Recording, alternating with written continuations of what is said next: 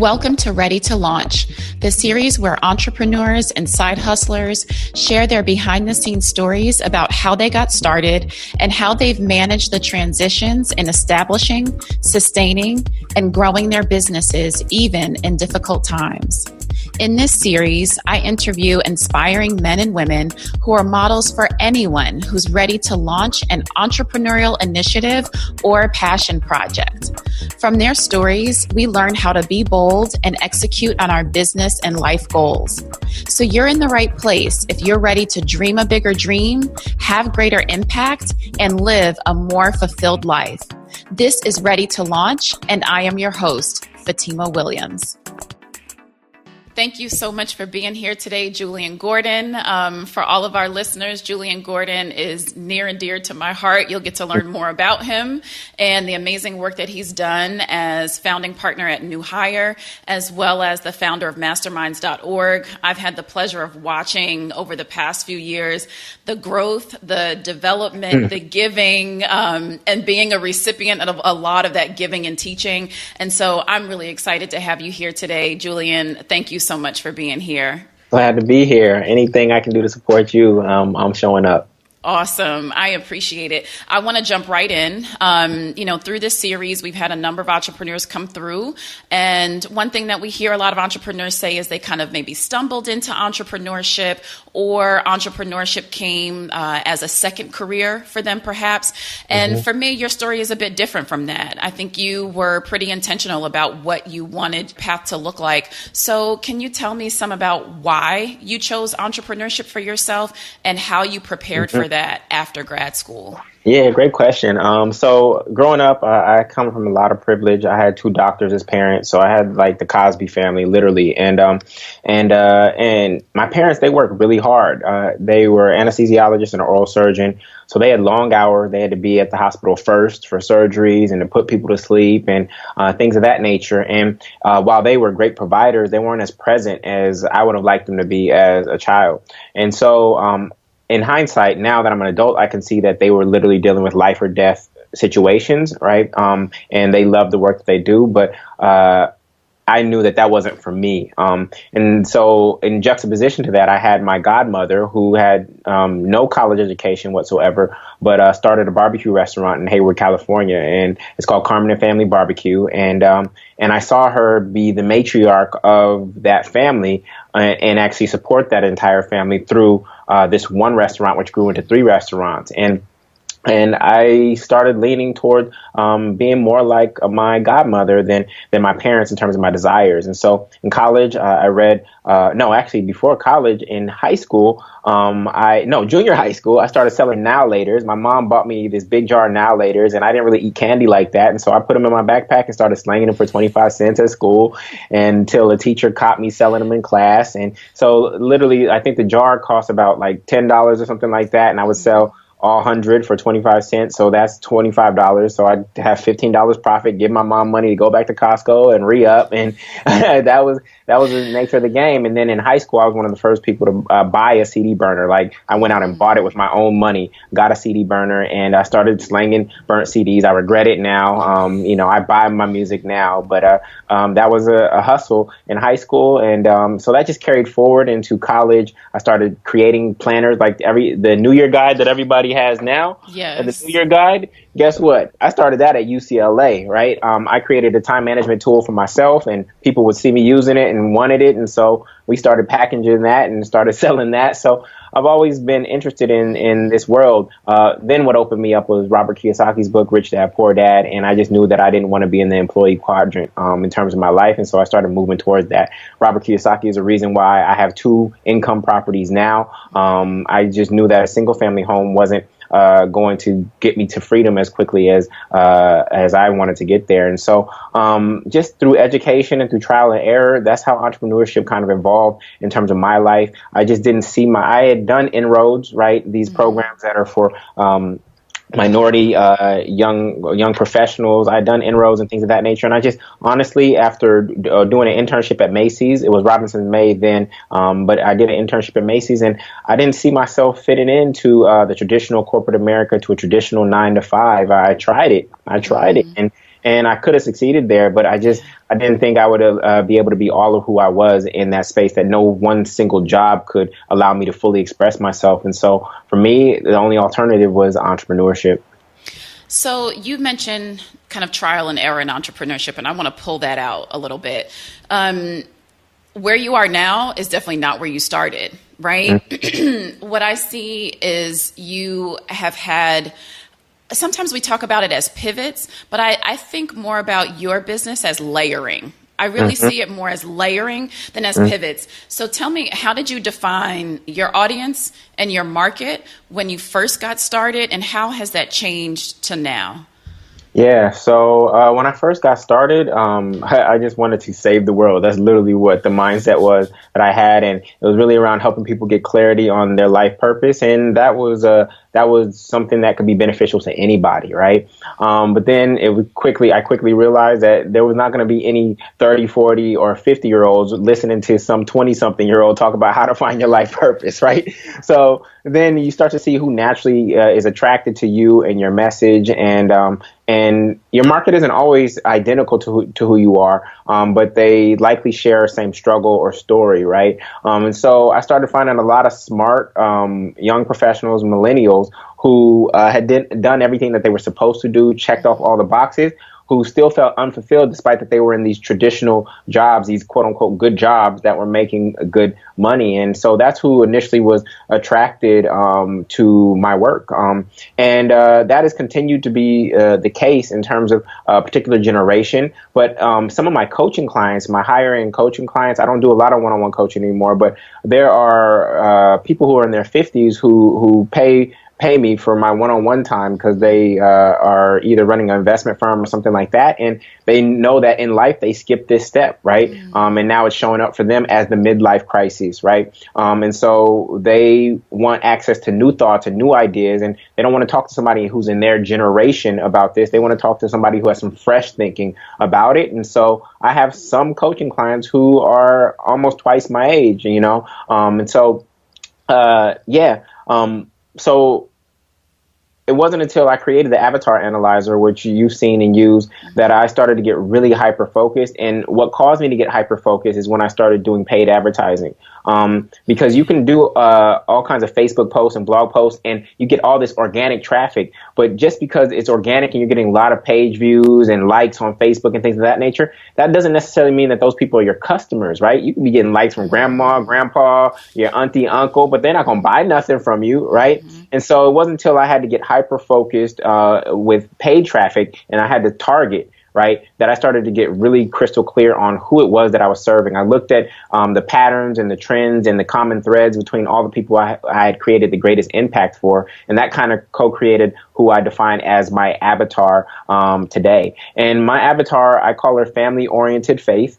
And family-oriented faith is the entrepreneur who knows that who has some sort of faith and knows that she's connected to a deeper sense of purpose, and it's not just about making more money. She wants to be an entrepreneur. She has something that she wants to give birth to inside of her, but she's also very family-oriented, and she doesn't want to build this thing at the expense of the people that she cares about. And there's a lot of people out there like Gary Vee and Eric Thomas and whatnot who's like grind, and that's cool, but their message is really for a person who's just being a couch potato, right? And they need to push them in that way to get them off their butt. But once you get off your butt and you get going, then you realize that I can't keep up this pace. This pace isn't sustainable. This pace isn't healthy. And so who is attracted to me is this family-oriented faith who has either given birth to a child or is giving birth to her idea but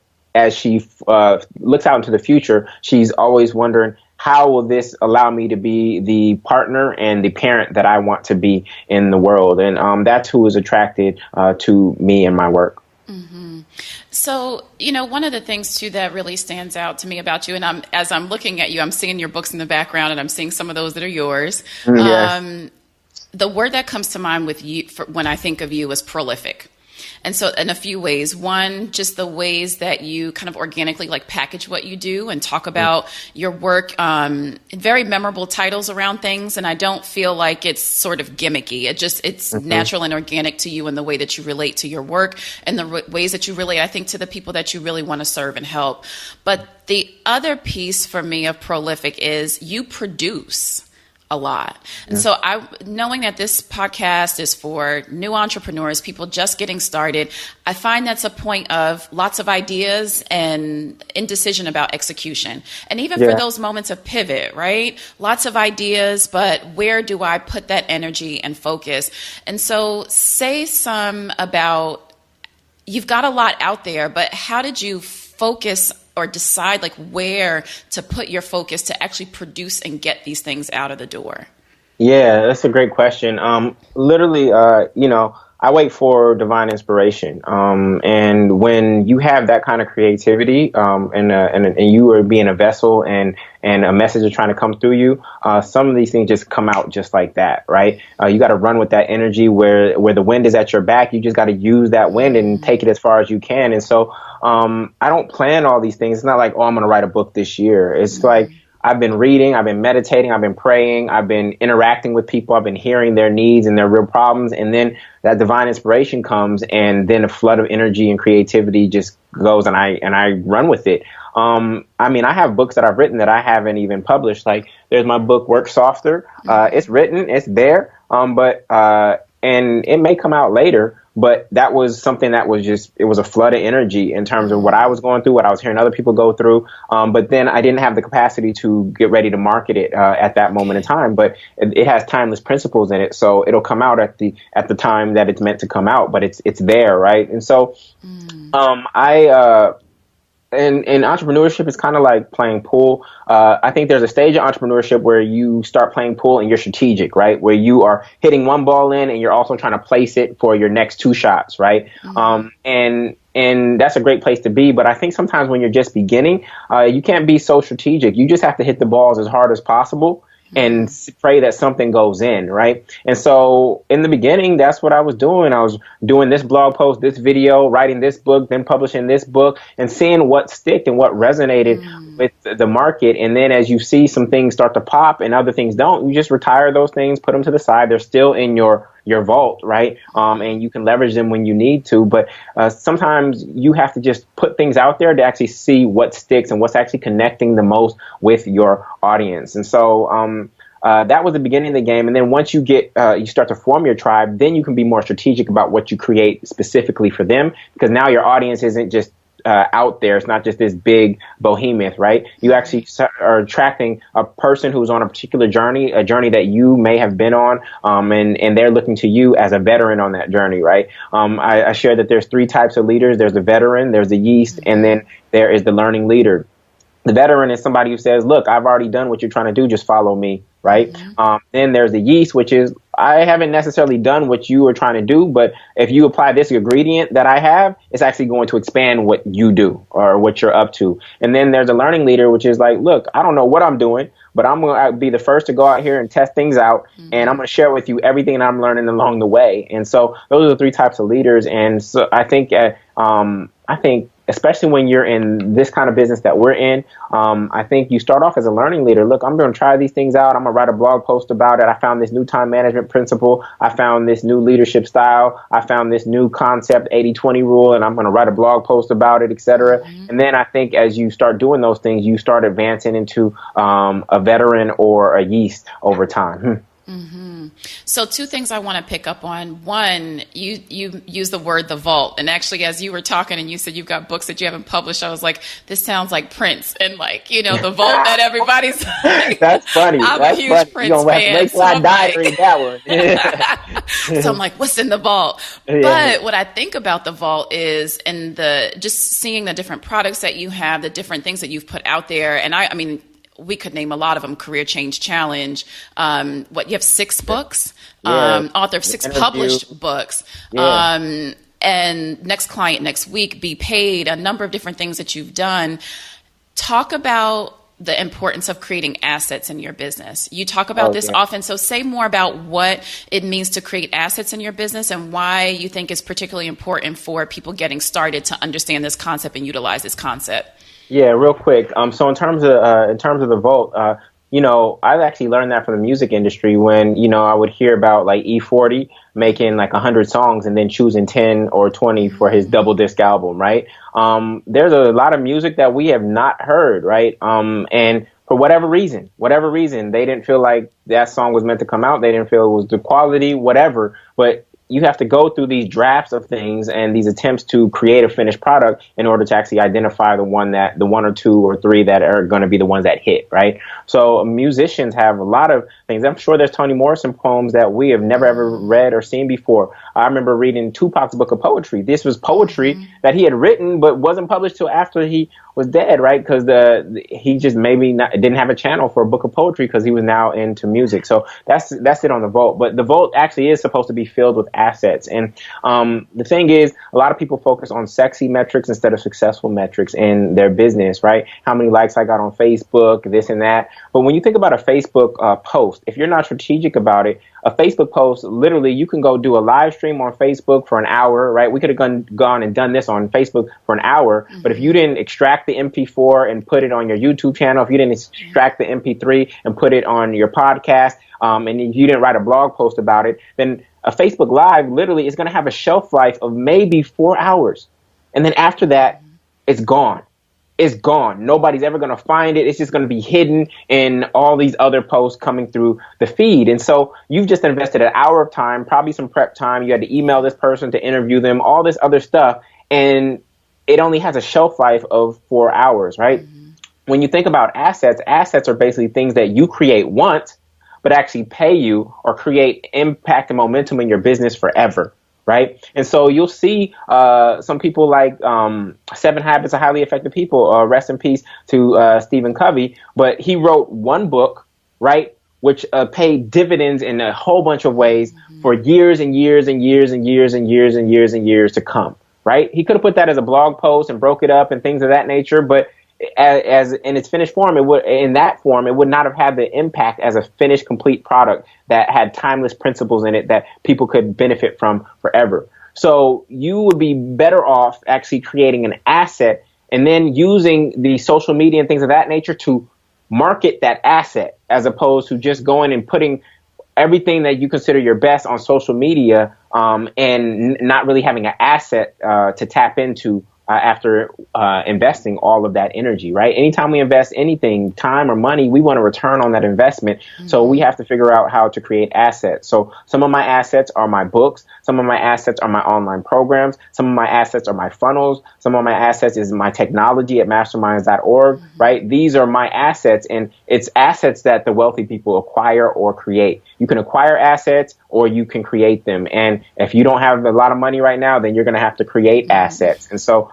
think about when you're laying out your to-do list, make sure it's asset-based activity. Email is not an asset-based activity. You could go through I used to be so focused on inbox zero and trying to keep my inbox empty. Oh yeah, that's great.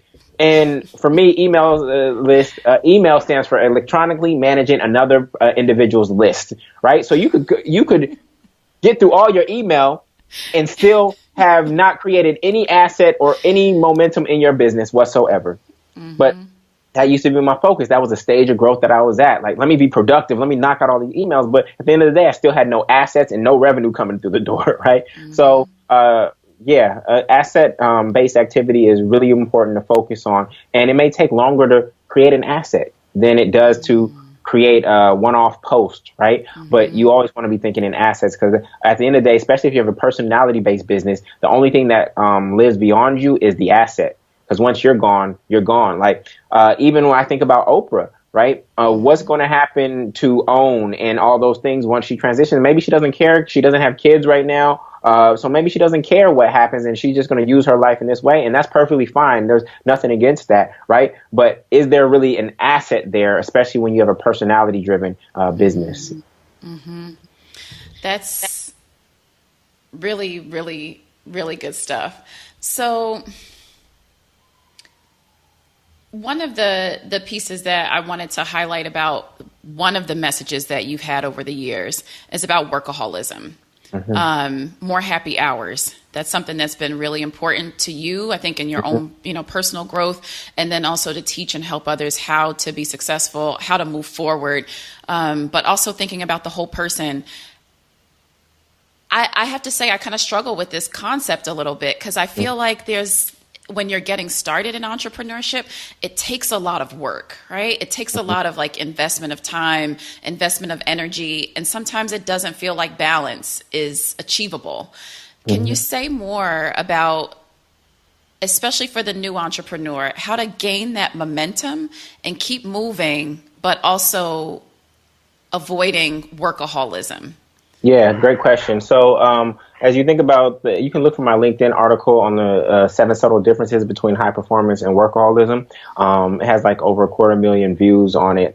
But the distinction in there basically is, look, a high performer looks for the most important work to do, whereas a workaholic does work to look important, right? Workaholic gets busier and busier and busier, while the high performer actually grows the business. And so because we're working on our own as entrepreneurs, and there's this 8-hour, 10-hour day, we feel like we have to fill that in, or that there's got to be some sort of activity I can be doing to move my business forward at this moment in time. And that's not always true. If I really looked at your to-do list, or if I had you track your time in this past week, right? It's a Friday now. If I had you track your time, I could find a lot of stuff that you were doing that was doing nothing for your business, but you decided to do it and add it to your to-do list, and myself included, right? And so what if we just said, to hell with all that stuff, right? How about if I really focused on these things for 10 hours, I could actually go play basketball. I could go meditate. I could go exercise. I could go break bread with a friend, because this was what's most important, right? Well, you all heard of the 80-20 rule. It probably 20% of your activity leads to 80% of the results. And you could try to get busier and busier and busier, but there's also some there's only a marginal benefit to some of that busyness that you're doing. Okay, you did another video and it got you 2 new likes on your page. Okay, was that really worth it, right? When you think about the trading of time and the return that you got. And so, I started out as a workaholic. I was a single man, and workaholism is fine when you're single. It's not impacting anybody except for you. It is oftentimes hurting your health, whether you're aware of it or not. But we have this narrative in our mind that it's a good thing, right? Like we wear how little sleep we got as a badge of honor. Like, I'm out here grinding. I just put on a 20-hour day. That is not sexy, and that's not why you became an entrepreneur. Most people became entrepreneurs to actually have freedom, yet I found that when I stepped into entrepreneurship, I became the worst boss that I ever had. I treated myself worse than any boss that I ever had. And I was tough on myself. I was critical of myself. I was pushing myself hard. I didn't give myself a break. I didn't go on any vacations. I treated myself terribly. Right. And if I had to do it over again with the awareness that I have now, I would have done it a lot differently, and I would have enjoyed the journey. It's almost impossible to ever create something that you enjoy without enjoying the journey to do it. If the journey is miserable, then no matter what you create on the back end, it's probably not going to be worth whatever it was. Like I tell people, like, graduation, how many days does graduation last? It lasts 1 day. And if you didn't enjoy the 4 years to get there, then that 1 day is never going to make up for the 4 years that sucked, right? And so we actually want to build our company in a way that is actually enjoyable as we build it, not hoping that at some point there's going to be this payoff of joy that I get from this journey, because it usually does not work out that way. And same thing for an employee, right? You'll never be able to win at trading off 5 days of doing something that you hate for 2 days on the weekend. 5 versus 2 it's never gonna win. It's just the math is never gonna not possible. Then people say, oh yeah, when I retire, then I get 30 years on the back end, but you gave 40 years on the front end. It's never going to add up. There's going to be all this regret. So we got to figure out how to make sure that we are enjoying the journey. But what crept in for me was this mindset of scarcity. I started my company January 9th, 2009. That was at the bottom of the recession. It was literally the worst time in the past 65 years of our economy to start a company. And so given that I had a 6-month runway, meaning that I had saved up 6 months of basic living expenses, and but it still kicked in. Even with that little runway there, it still kicked in, and that's what was causing me to work like crazy, to miss out on social events and friends, and not call people that I love, not take care of my health, to not be eating right and things of that nature. Because I was driven by scarcity, and I had to switch that, and that's why I created the Think account, right? That's why I created this, because I knew that the only way I was going to grow my company out of a place of faith and not fear was by shifting my mindset to gratitude. And so this practice is a practice that I picked up April 6, 2011. And over the past, 6 years, I've documented over 15,000 moments of gratitude in here. So it's really just shifted my mindset to build from a space of abundance, not a space of scarcity. Because a lot of people, even entrepreneurs that are making a lot of money, they're still building their company out of fear. And it's really hard to be joyful when you're building your company out of a space of fear. Fear of competitors, fear of failing, fear of somebody catching you, fear of losing it all. And I know millionaires who are still just driven by they're fearful, and the reason they're chasing money is just literally fear. My daughter's going to what if my daughter gets cancer? Like, I've heard these exact words from them. What if my daughter gets cancer? So people just stockpile all this money to try to squeeze God out of the equation, and it's just it's sad. It's really sad. So as we wrap this amazing and very, very rich interview, I know everyone who's listening will hear just wisdom in what you say, in the words that you say, and just the messages that are really being conveyed through your experience and what you do. And so tell us, what kinds of practices do you do to really keep your mindset focused on, I think it's more than just focus on positivity. I think it's more about a way of life, a way of living that is more expansive than scarcity. It's more positive than and possibility. That's what I hear when I hear you speak, is positivity, possibility, and expansion. What do you do? What are your practices to continue to feed that? And I should say too, because you're so prolific, you're feeding others. So I'm in your mastermind group, and I know the outpour that you give in that mastermind group. And so I think if you're pouring out that much, you've got to be doing something to continue to take in, so you can actually give. And that's just one small area of your giving. So tell us what that practice looks like for you. Yeah, well, it starts with a belief first. And I shared this belief with you. And that belief is that if I was created for a purpose, then and I believe that my creator wants me to fulfill on that purpose, then I have to trust that it's going to give me everything that I need to achieve that. It would be cruel of your creator to create you with a purpose and then not give you everything you need to succeed. That just doesn't make any sense. So when you operate from that belief that my purpose is the only thing that I cannot fail at, that is the foundational belief that I was created for a purpose, and that I actually have faith in my creator to provide for me on this journey to actually fulfill it. Right. So that's the foundational belief. And then there's things that I do often to hold that vibration. I share with you some of my daily affirmations.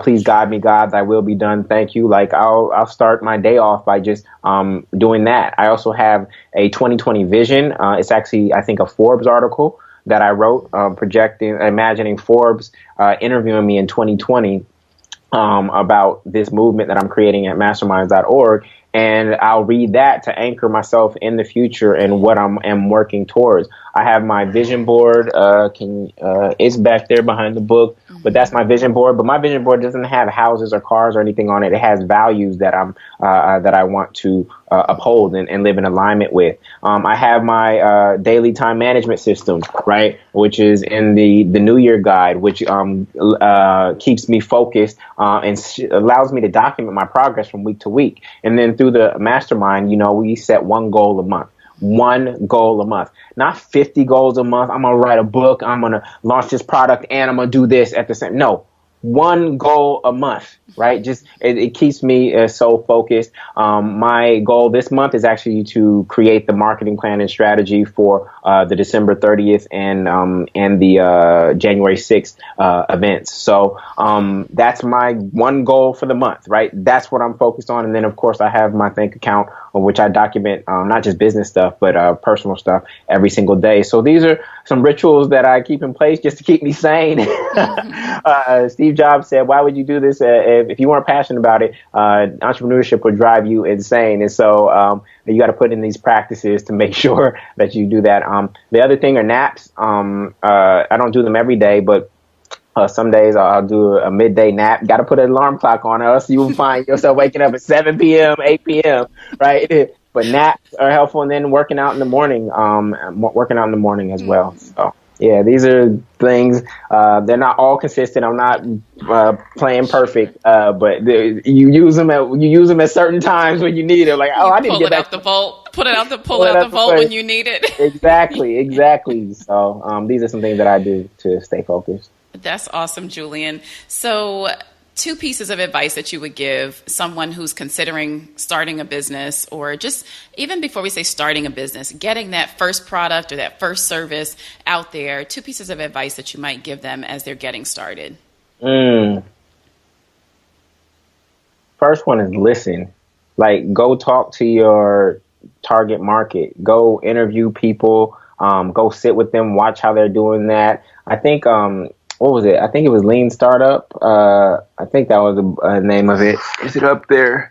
It was one of those books, but I think there was this guy creating a grocery app, right? And so before he went and started coding, because he had this good idea, he actually went and watched how people created their grocery list in their homes, went to the grocery store with them, etc., and just followed several people. And then after doing that, then went and took those insights, where they got stuck, where things were misaligned, how all these groceries weren't turning into meals, then went and created the app after actually being in community and actually witnessing the challenges that his target market was going through. A lot of us with these online technologies just want to create in a vacuum and say, this worked for me, and so I know it's going to work for other people. And sometimes that does come true, but you actually, if you really want to serve, you need to know the person. Like, if I'm going to give my wife a gift, the way I give her a gift is because I know her. The way I give her a great gift is because I know her. So if in business you want to give somebody a great gift, you got to go know the people and listen, right? And not just say, oh, I think that this is a good gift here. And then they're like, wow, you really missed the mark. I'm going to give this to somebody else as a gift, right? So that's the first one, is listen. The second is, I think, prototype instead of perfection. Like, just get something out there and see how people respond to it, and then perfect it along the way. Perfectionism will stop you in your tracks. If you're waiting for it to be perfect, it will stop you in your tracks, and it'll never, ever come out. And so go prototype and then iterate. So like even the 8-cylinder success, I had 10 people come to my living room on November 10th, 2008, and actually experience it as a one-day training. They gave me all kinds of feedback. I went and actually put that feedback and edited the book accordingly. And then I edited that one-day event, and I went on and taught that in 5 different cities to hundreds and hundreds of professionals, right? But I did a little pilot first. It didn't have to be perfect. I just had to get it out. You know the story. On November 10th, I sent out an email inviting these 10 people to my living room. I sent it out to 100 people, and 10 RSVP'd because I only had space for that many. But I had nothing planned for November 22nd. So what that did is just forced me to get it done. I had 12 days to create an event where people were going to get clarity on their life purpose.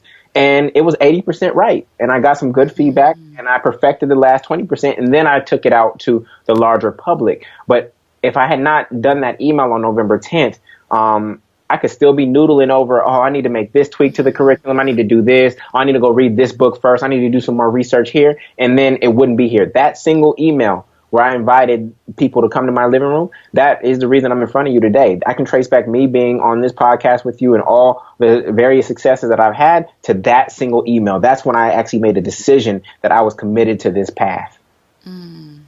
So good.